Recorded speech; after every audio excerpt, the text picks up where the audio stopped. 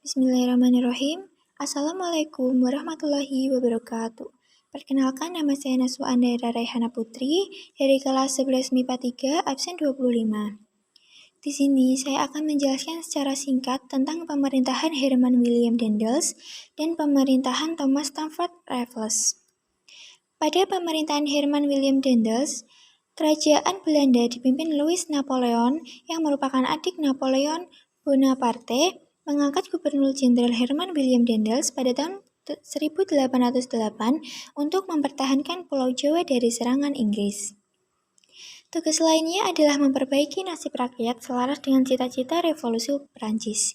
Adapun kebijakan Daendels adalah, sisi negatif pemerintahan Daendels adalah membiarkan terus praktik perbudakan serta hubungan dengan raja-raja di Jawa yang buruk, sehingga menimbulkan banyak perlawanan.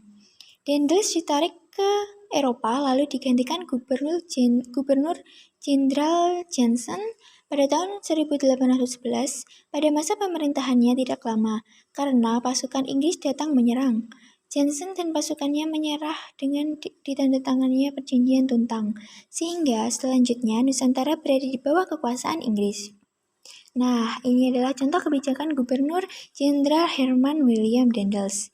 Pada bidang pertahanan, ia telah membangun Jalan Anyar Panarukan, mendirikan benteng, dan membangun pangkalan laut di Merak dan Ujung Kulon.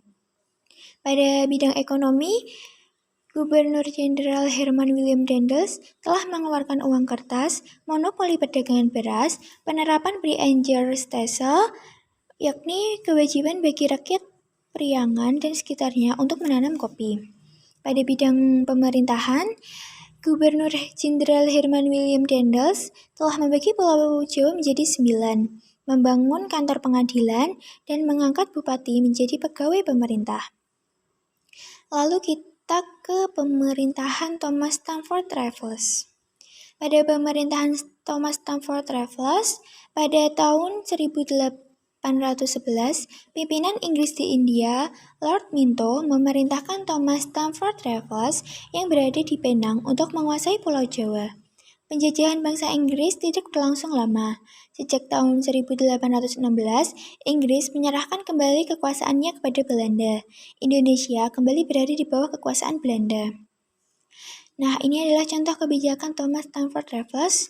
Pada bidang pemerintahan, ia telah membagi Pulau Jawa menjadi 16, melarang kerja paksa dan perbudakan. Pada bidang ekonomi, Thomas Stamford Raffles telah memberlakukan land rent atau sewa tanah, yakni para petani diwajibkan membayar pajak atas pemakaian tanah karena pemilik tanah adalah pemerintah.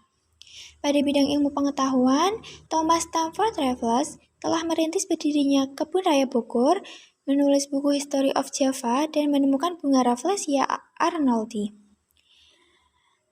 Sekian dari saya, bila ada kata yang salah, saya mohon maaf. Terima kasih. Wassalamualaikum warahmatullahi wabarakatuh.